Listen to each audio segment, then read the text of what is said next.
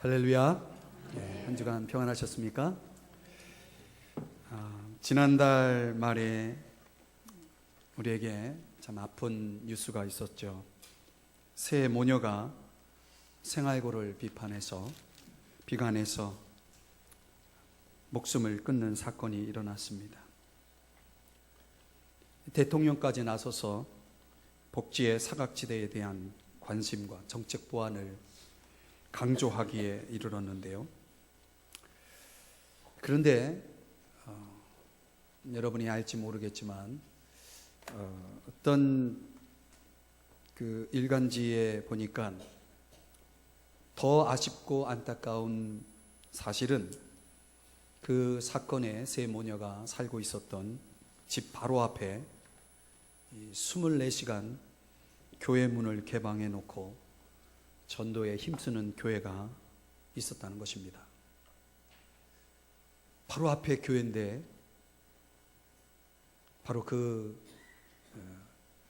동네에서 그런 일이 벌어진 것입니다. 그리고 그 교회가 아주 충격을 받았고 또 침울한 그 주간에 예배를 드렸다는 그런 보도를 제가 보게 되었습니다. 사실 또 그 세 모녀의 사건이 일어난 그 동네에는 여러 교회가 그 지역사회를 섬기려고 나름대로 그 동네에서 열심히 사역을 하는 그런 교회였다고 합니다. 목사로서 이런 생각을 좀 해봤습니다. 왜 그 지역의 교회는 그 세 모녀를 발견하고 돕지 못했을까? 또 반대로 왜 그분들은 안타깝지만 그런 상황 속에서 교회를 찾지 않았을까? 여러분, 교회가 사람들을 찾아 나서야 합니까? 아니면 사람들이 알아서 교회를 찾아와야 합니까?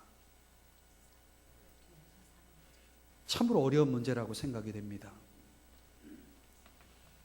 그 사건을 놓고 저 나름대로 또 고민을 해보았습니다. 어떤 사람들은 누군가의 도움을 통해서, 또 어떤 사람들은 스스로의 어떤 결심과 선택을 통해서 스스로의 삶의 문제를, 신앙의 문제를 해결해 가는 것을 보게 됩니다. 중요한 것은 만남이다. 이 만남이 있어야 뭔가 삶의 실마리를 찾고 풀어갈 수 있고 하는 것인데, 문제는 이렇게 아무도 모르는 그런 고립 상태에 빠져 있는 것입니다. 누가 그들의 그 아픔을, 그들의 상황을 알고 있었나요? 이 고립이라고 하는 것은 결국은 이렇게 불행한 것입니다. 우리가 정말 깊이 한번 생각해 볼 문제라고 생각이 됩니다. 언젠가 제가 말씀드린 적이 있죠. 인생은 결국 만남의 존재입니다. 어떤 만남은 참 비극적입니다. 일전에 말씀드렸던 것처럼 지존파의 그 두목인 김기한 씨라고 하는 분은 훔쳐서라도 가져와야지 하면서 미술도구 안 가져온 걸 혼낸 그 선생님, 한 교사와의 그 만남이 결국은 그 일생을 비운의 생으로 보내게 만들었던 것이죠. 또 어떤 만남은 사실은 희망적입니다. 부모도 의사도 포기한 앤 설리번이라고 하는 분은 정신병원 독방에서 좌절과 포기의 그 처절한 삶과 투쟁하고 있을 때, 싸우고 있을 때에 겨우겨우 하루하루를 버티고 있을 때에 은퇴한 한 노 간호사인 이 로라라고 하는 분을 만나가지고 새로운 인생이 펼쳐집니다.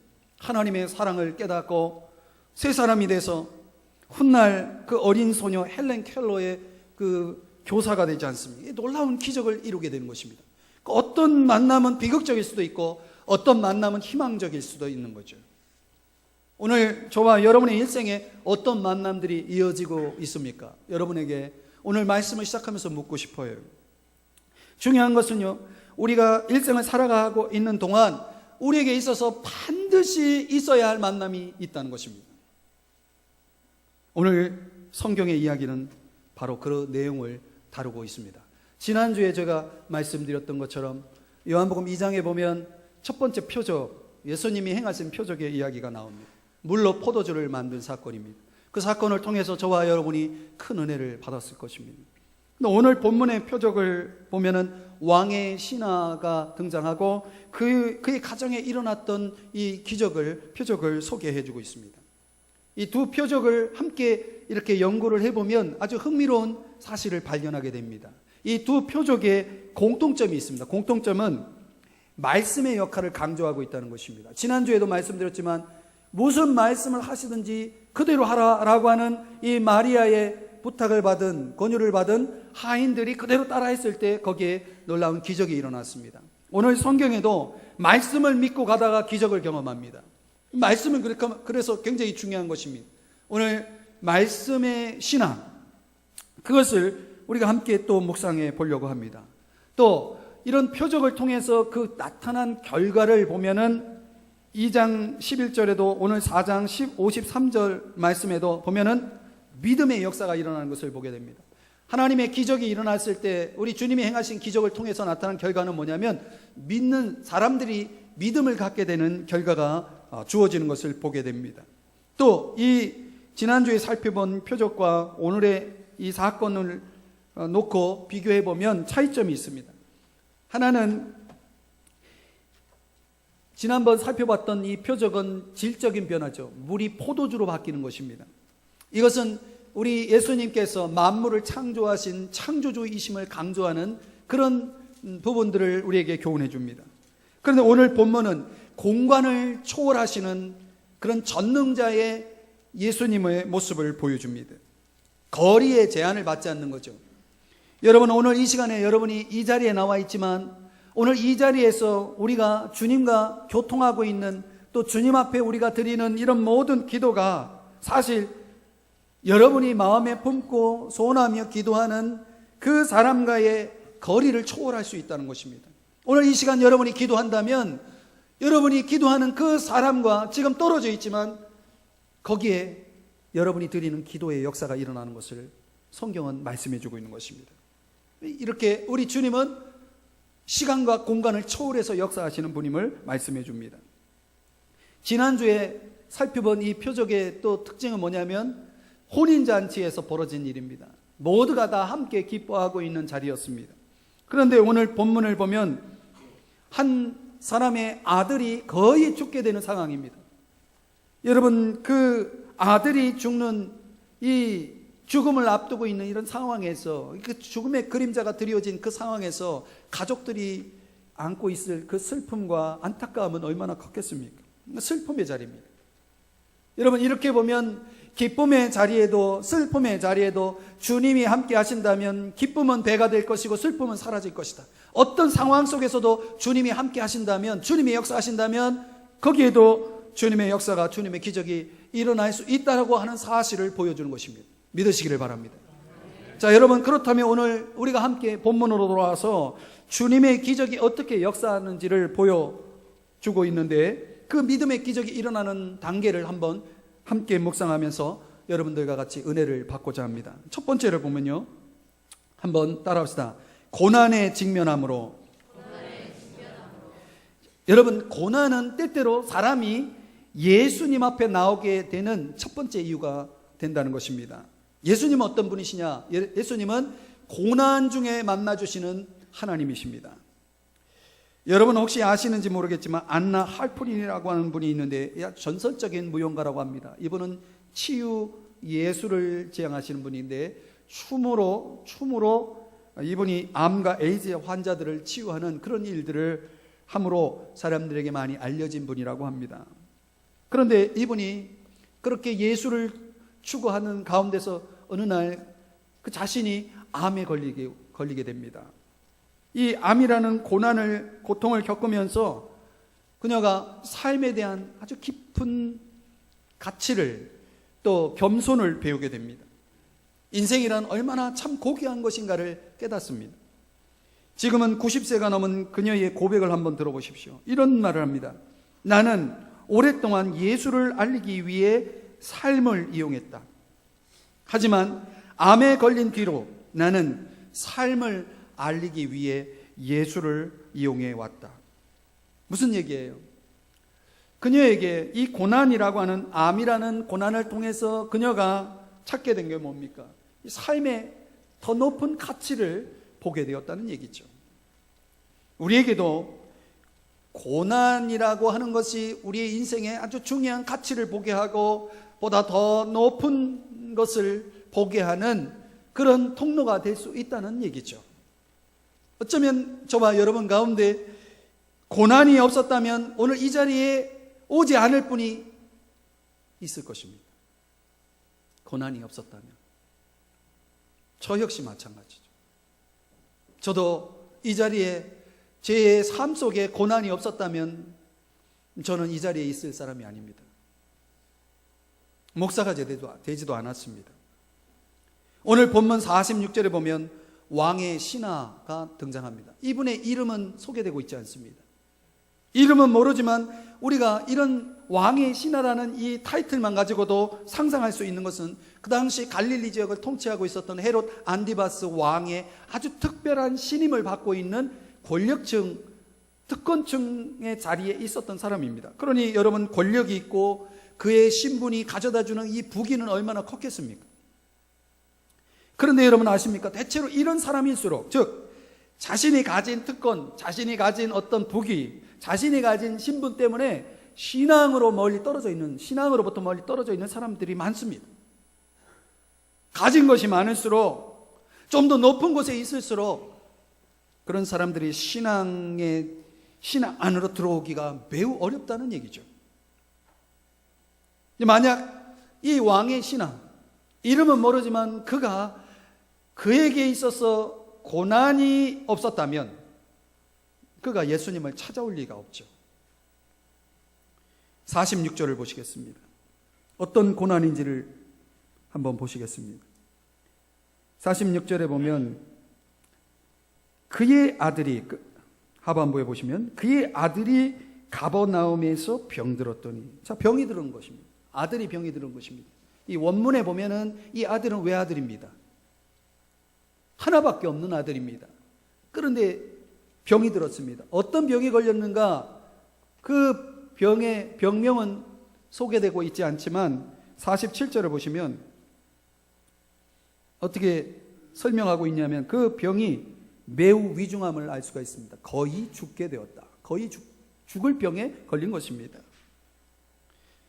여러분, 왕의 신하가, 아들이 모든 걸 다 가지고 누리고 있는 이 왕의 신하가 아들이 죽게 된 것입니다.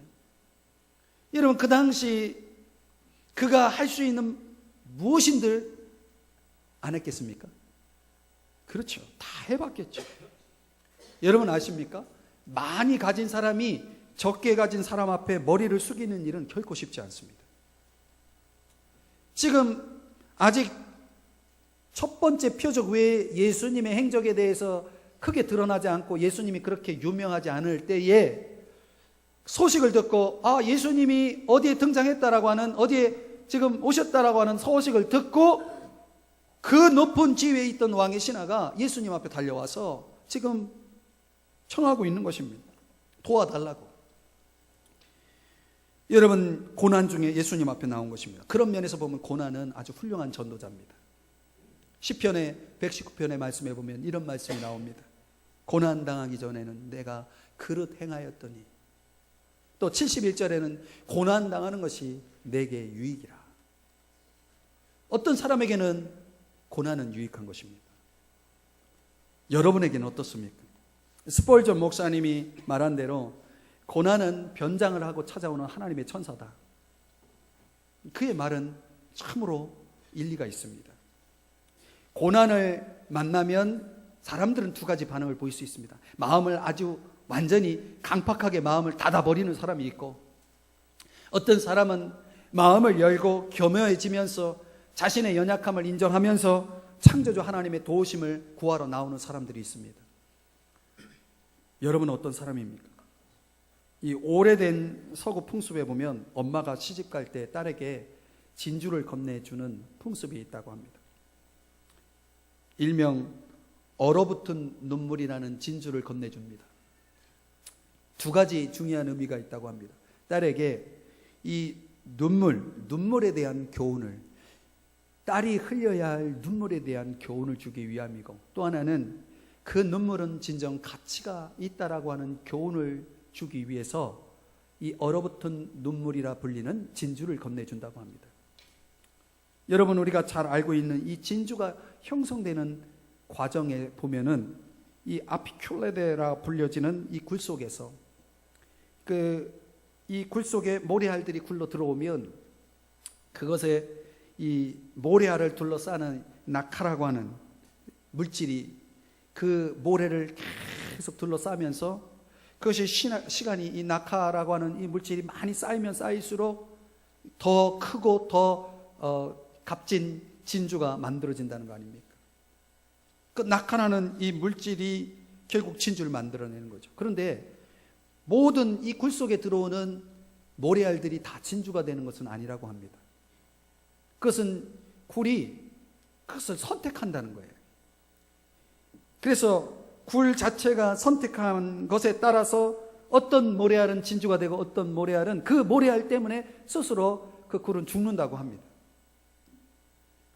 처음에는 상당히 고통스럽지만 그 모래알을 고귀한 진주로 만들어내는 나카라는 물질이 있는 것처럼, 저는 우리 삶에도 크고 작은 모래알들이 들어올 때에 우리 안에서 그것을 값진 진주로 만들어낼 수 있는 낙하가 필요하다고 믿습니다. 여러분, 일부러 고난을 찾아다닐 필요도 없고 고난을 만들어낼 필요도 없지만, 그러나 우리에게 굴러 들어오는 그 크고 작은 고난의 모래알들은 어떤 면에서 보면 우리에게는 기회가 되는 것입니다. 존 버년이라고 하는 사람이 인생의 벼랑 앞에 섰을 때 그가 자신의 삶의 처지를 이렇게 표현했습니다. 한번 들어보세요.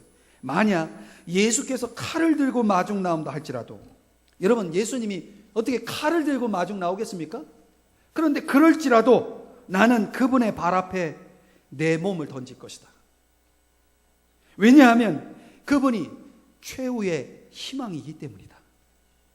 여러분, 사람이 절박한 아주 고난에 극한 상황이 되면 지푸라기라도 잡게 되는 것입니다. 그런데 여러분, 어느 것도 내가 붙잡을 것이 없다라고 생각할 때는 최후의 희망만이 남는 것입니다. 오늘 이 왕의 신하에게 있어서는, 최고의 권력층에 있었던 이 왕의 신하에게 있어서는 바로 그 지푸라기가, 최후의 희망이 예수님이었던 것입니다. 어쩌면 우리도 마찬가지라고 생각이 됩니다. 이런저런 우리가 붙잡았던 희망들을 한번 가지고 살아보다가 결국은 이것도 소용없구나 생각하고 주님 앞에 나오지 않는가. 주님을 만나는 사람들을 보면 이런 것이 있는 것 같아요. 고난이 없다면 절대로 예수를 안 믿을 것 같은 사람들이 인생의 절망의 깊이를 모르고 살다가, 하나님을 찾지 않고 살다가 어느 날 인생의 폭풍우를 만나서 이제 희망이 없다라고 생각할 때에 그 작은 불빛, 희망의 불빛을 찾아오다 보니 거기가 교회더라, 거기에 예수님이 있더라. 그래서 예수님을 만나는 사람들을 보게 됩니다. 저도 그러했고요. 아마 여러분 중에도 되게 그런 분들일 겁니다. 사랑하는 여러분, 그런 면에서 우리의 인생의 잠을 흔들어 깨우시기 위해서 주님이 여러분에게 인생의 폭풍우를 허락하실지 모릅니다. 그런데 아십니까? 그것이 은혜라는 사실을. 그것 때문에 여러분이 절대적으로 필요한 이 만남을 갖게 된 거 아닙니까?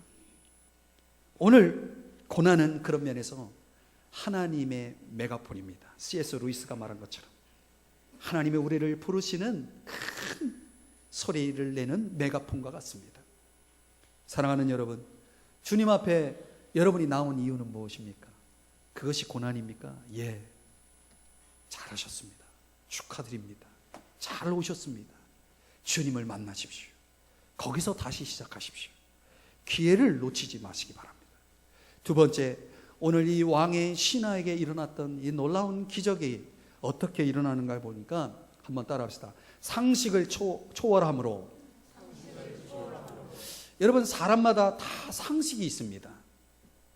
상식이 없는 사람은 없습니다. 저는 이 상식을 그가 가지고 있는 사고의 틀이라고 믿습니다. 이 사고의 틀이라고 하는 것이 어떤 때에는 그것이 우리를 참 삶을 윤택하게 만들어 주기도 하지만 사실은 그것이 우리를 더 불행하게 할 수도 있습니다.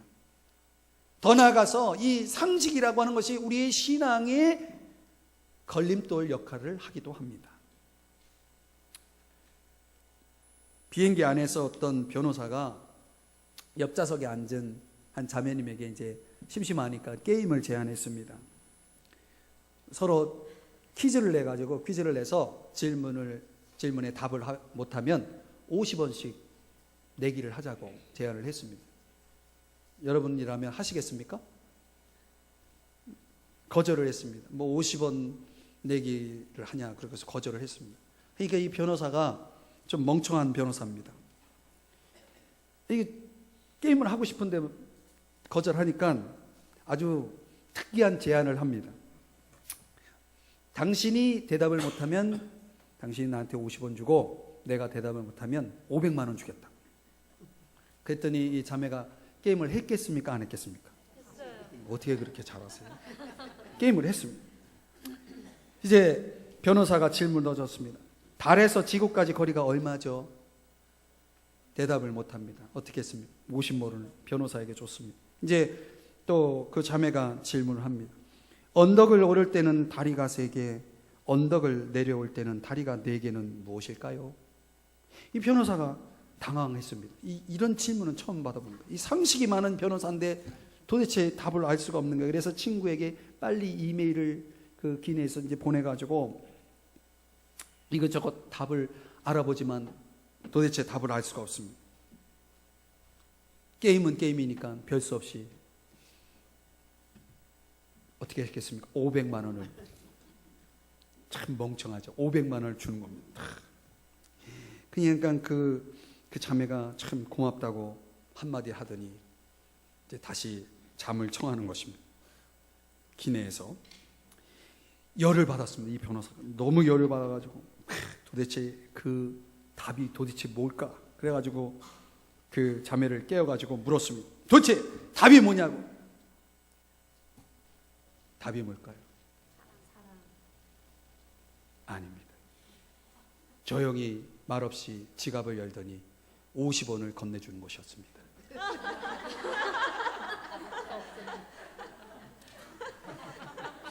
무슨 일인지 도무지 이해가 되지 않으시는 분은 집에 가서 묵상을 깊이 하시고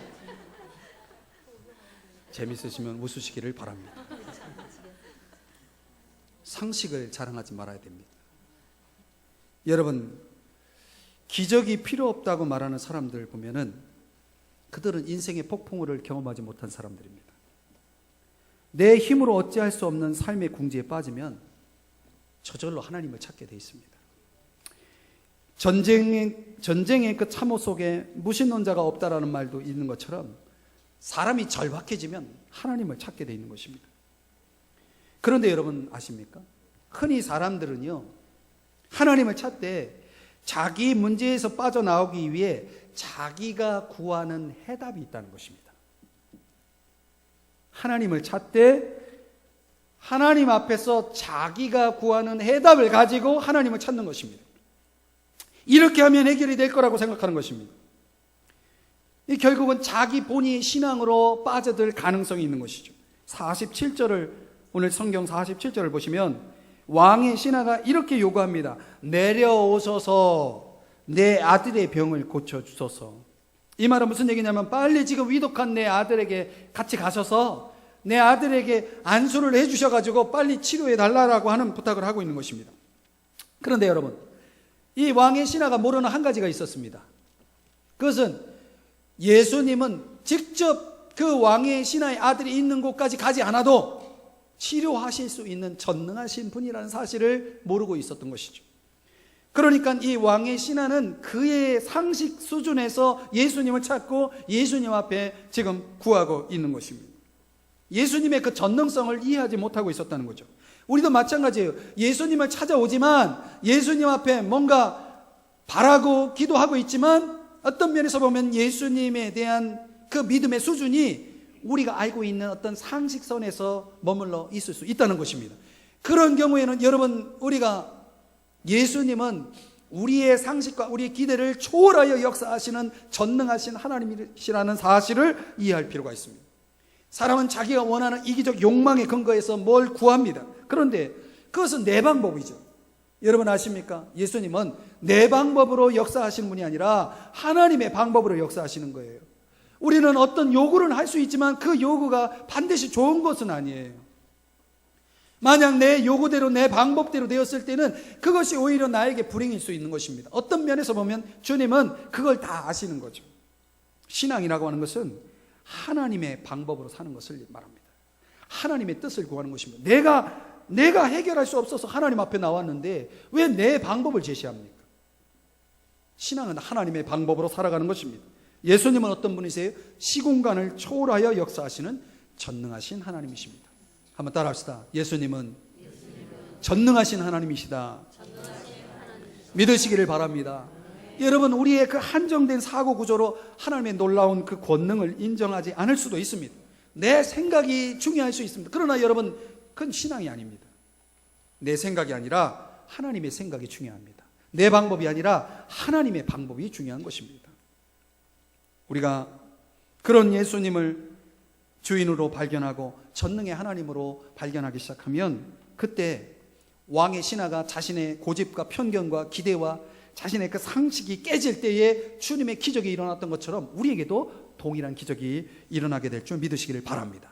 그래서 주님께서 그냥 가라 집으로, 아들이 살았다, 벌써 아들이 살았다는 거예요. 아니 지금 내려오셔서 해달라고 그랬는데 가라, 아들이 살았다. 어쩌면 예수님께서 저와 여러분에게 이렇게 역사하실 수 있는 거예요. 우리의 기대와 상식과는 다르게 초월해서 말씀하시는 그 주님께서 여러분에게 오늘 왕의 신하에게 하셨던 것처럼 그렇게 말씀하실 때가 있어요. 그때 여러분이 하실 일은 그 말씀을 믿는 것입니다. 그래서 세 번째, 오늘 이 믿음의 기적이 일어나는 단계를 보니까 세 번째 뭐냐면 한번 따라합시다. 주의 말씀을 믿음으로. 예, 주의 말씀을 믿음으로 기적이 일어났다는 것입니다. 오늘 50절 말씀을 한번 보십시오. 50절 말씀입니다. 예수께서 이르시되 가라, 내 아들이 살아있다 하시니. 지금 예수님은 전혀 지금 이동을 하고 있지 않습니다. 바로 그 왕의 신하를 만난 바로 그 장소에서 지금 말씀하시는 거예요. 아들이 살아있다 하시니 그 사람이 예수께서 하신 말씀을 믿고 가더니. 뭐하고 갔어요? 믿고 갔다는 것입니다. 예수님이 하신 말씀을 믿고 집으로 간 거예요. 예수님은 그저 말씀만 했는데 이 사람은 한순간에 그 말씀을 뭐예요? 믿어버렸어요. 여러분, 이 사람이 어떻게 믿음을 가졌는지 이 본문에서는 밝히고 있지 않지만 우리가 알 수 있는 것은 뭐냐면 이 왕의 신하의 마음속에 희망이 있었습니다. 그 희망은 뭐예요? 아들이 낳는 거예요. 그래서 예수님 앞에 나왔어요. 그 마음속에 존재하는 희망이 믿음의 근거가 아니라 말씀을 어떻게 듣고 갔다. 말씀을 듣고 간 거예요. 여기에 뭐가 작용한 것입니까? 말씀을 들을 때 믿음이 작용한 것입니다. 믿음이 작용하니까 믿고 간 것입니다. 말씀을 듣고 믿고 간 것입니다. 여러분, 우리의 믿음의 근거를 한번 생각해 봐야 합니다. 여러분, 우리가 예수님을 믿으면서 막연히 우리 마음속에 있는 어떤 주관적인 기대치를 가지고 신앙생활을 한다면 오늘 말씀을 잘 깨달으시기를 바랍니다. 여러분, 신앙생활하면서 우리는 어쩌면 주님 앞에 그런 기대가 있는지 몰라요. 내가 예수를 믿으니까 주님께서 좋은 일을 주시겠지. 주님께서 이렇게 해주시겠지. 저렇게 해주시겠지. 예, 그런 기대가 있다라고 하는 것은 사실 나쁜 게 아닙니다. 잘못된 게 아니에요. 그러나 문제는 우리가 가지고 있는 그런 주관적인 기대가 이루어지지 않았을 때, 그 기대치가 흔들릴 때, 그때 우리의 믿음도 흔들린다는 것이에요. 우리의 신앙이 흔들린다는 거예요. 그래서 사람들이 기대를 가지고 나왔다가 그냥 믿음을 포기해버리는 사람이 또 의외로 많다는 것입니다. 여러분, 신앙이라고 하는 것은 그냥 마음속에 어떤 희망에 대한 기대, 그것이 근거가 아니라 흔들리지 않는, 변하지 않는 하나님의 말씀을 붙드는 것이 신앙인 것입니다. 말씀에 우리의 믿음의 근거가 있어야 한다는 것이죠. 천지는 없어지겠으나 하나님의 말씀은 없어지지 않는 것입니다. 그래서 믿음은 들음에서 나는 것이고 들음은 그리스도의 말씀으로 말미암느니라. 믿음이 성숙한 사람과 그렇지 않은 사람들의 차이, 믿음이 기복적인 사람과 성경적인가의 그 차이는 믿음의 근거가 어디에 있느냐로 결정이 된다는 것입니다. 그렇기 때문에 저와 여러분이 마음속에 존재하는 그런 희망과 기대를 가지고 신앙생활 하지 마십시오. 말씀을 가지고 신앙생활을 하시기를 주의 이름으로 축복합니다. 말씀을 가지고 하면 그 말씀은 왜 중요하냐면 말씀대로 되기 때문에 그렇습니다. 예수님은 어떤 분이십니까? 말씀대로 역사하시는 분이십니다. 그러므로 여러분, 영원히 변하지 않는, 흔들릴 수 없는 말씀을 가지고 있으면 그 사람의 믿음은, 그 사람의 신앙은 흔들리지 않습니다. 이 아버지, 이 왕의 신하를 한번 여러분 보십시오. 참 신기한 거 하나 발견할 수 있는 것은, 왕의 신하가 말씀을 믿고 갔는데 어디로 갔습니까? 지금 어디로 갔겠어요? 왕의 신하가? 집으로 갔겠죠? 아닙니다, 여러분. 집으로 안 갔습니다. 무슨 일이 벌어졌는지 한번 성경을 보십시오. 52절입니다. 51절, 52절 같이 보겠습니다. 내려가는 길에서, 자, 아버지가 이제 왕의 신하가 집으로 가는 것 같은데, 내려가는 길에서 그 종들이 오다가, 즉 왕의 신하의 종들이 길에서 중간에 만난 것입니다. 만나서 이 아드님이 살았다고, 아이가 살았다라고 지금 소식을 전합니다. 그런데 52절, 그 낳기 시작한 때를 물은즉 어제 7시에 열기가 떨어졌나이다. 언제 난 거예요? 여러분, 우리가 말씀을 믿고 가더니 50절과 51절의 이 시간 간격은 벌써 다음 날이 돼버린 것입니다. 생각해 보세요. 여러분, 말씀을 믿고 갔다. 이 왕의 신하가 집으로 가는 길은 산지라서 아무리 걸어서 가더라도 7시간이면 도착할 수 있는 그런 거리였습니다. 그런데 그 다음 날이 돼가지고, 그것도 아직 집에 도착한 게 아니에요. 길에서 하인을 만나가지고, 종들을 만나가지고 아이가 낳은 것을 본 것입니다. 그런데 그 낳은 아이가 열기가 떨어지고 이제 병이 나은 그 시점을 보니까 53절 그렇게 말씀합니다. 예수께서 내 아들이 살아있다 말씀하신 그때인 줄 알고, 이미 어제 아들이 낳은 것입니다. 그러면 이 아버지는 도대체, 왕의 신하는 지금 어딜 가고 있고, 뭐 벌써 하루가 지났는데 뭐 하고 있었던 거예요? 재밌죠? 여러분 아십니까? 믿음을 가지면 마음이 평안해진다는 거. 사람이 마음이 평안해지면요, 느긋해진다는 거 아십니까? 여러분, 마음이 불안하면 어때요? 조급해지죠. 뭔가 해야 될 것 같죠. 어쩔 줄 몰라 하잖아요. 그런데 이 왕의 신하가 말씀을 믿고 갔다라고 할 때 그 믿음은 확고한 믿음입니다. 지금 아들이 살았을까 죽었을까 의심하는 게 아닙니다. 아들은 살았어. 그러니 여러분, 이왕 내가 여기 온 김에 다른 볼일이나 좀 보고 가자 하고 볼일을 보고 있었던 거예요.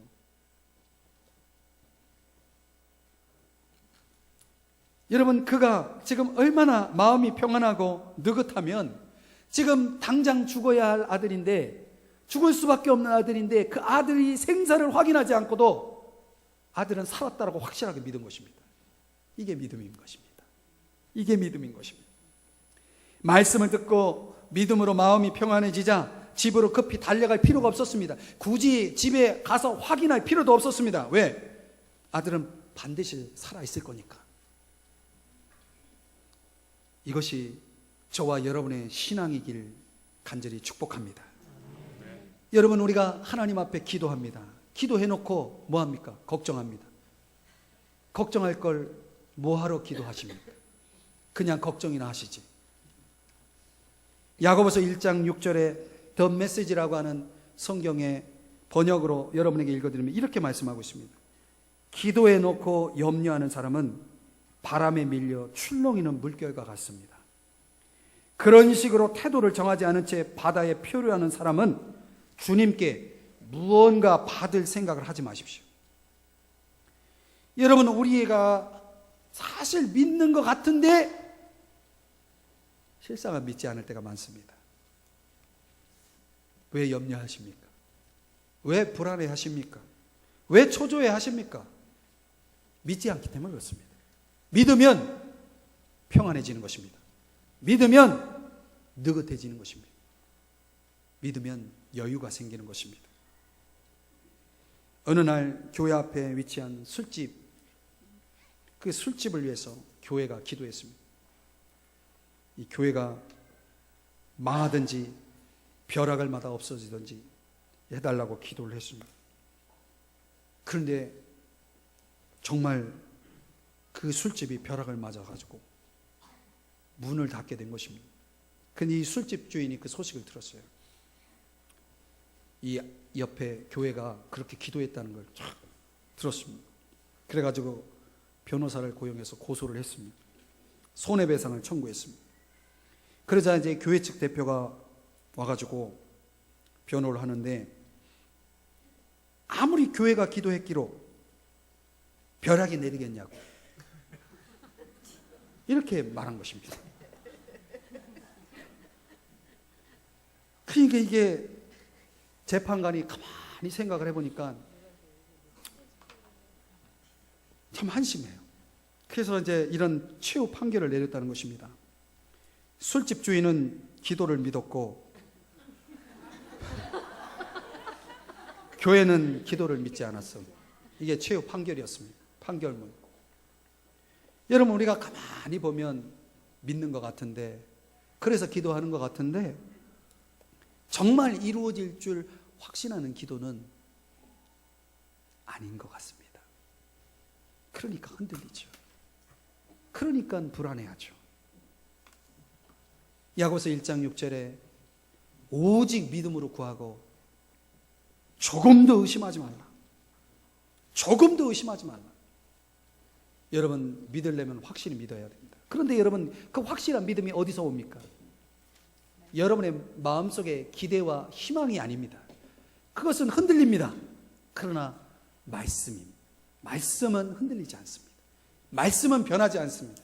또 우리 주님은 말씀대로 역사하시는 분이십니다.